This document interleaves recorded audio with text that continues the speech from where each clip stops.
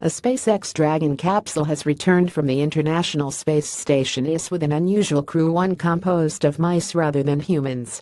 Dragon splashed down in the Pacific Ocean at 10:14 a.m. Eastern Standard Time, 2:14 p.m. GMT on Sunday, September 17, having launched to the station on August 14.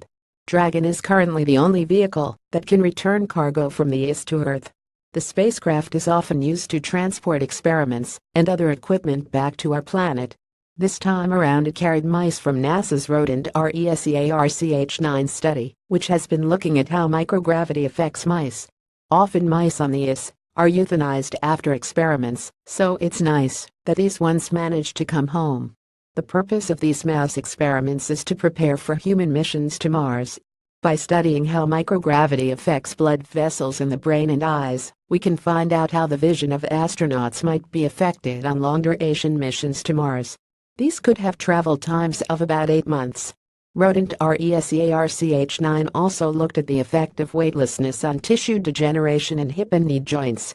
The changes we see during this rodent research experiment will allow us to better prepare our astronauts for long-term exposure to low-gravity environments, Kevin Sato, project scientist for the Space Biology Project at NASA's Ames Research Center in California, said in a statement.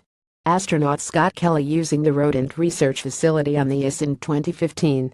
NASA, it wasn't just cute little mousetronauts that Dragon returned from the ISS. On board was also a lung tissue experiment used to test strategies for growing new lung tissue. And there was also an experiment to grow an important protein implicated in Parkinson's disease. In total, about 1,700 kilograms, 3,750 pounds of cargo was returned to Earth from the ISS. It took Dragon about 5.5 hours to get back to Earth after leaving the ISS.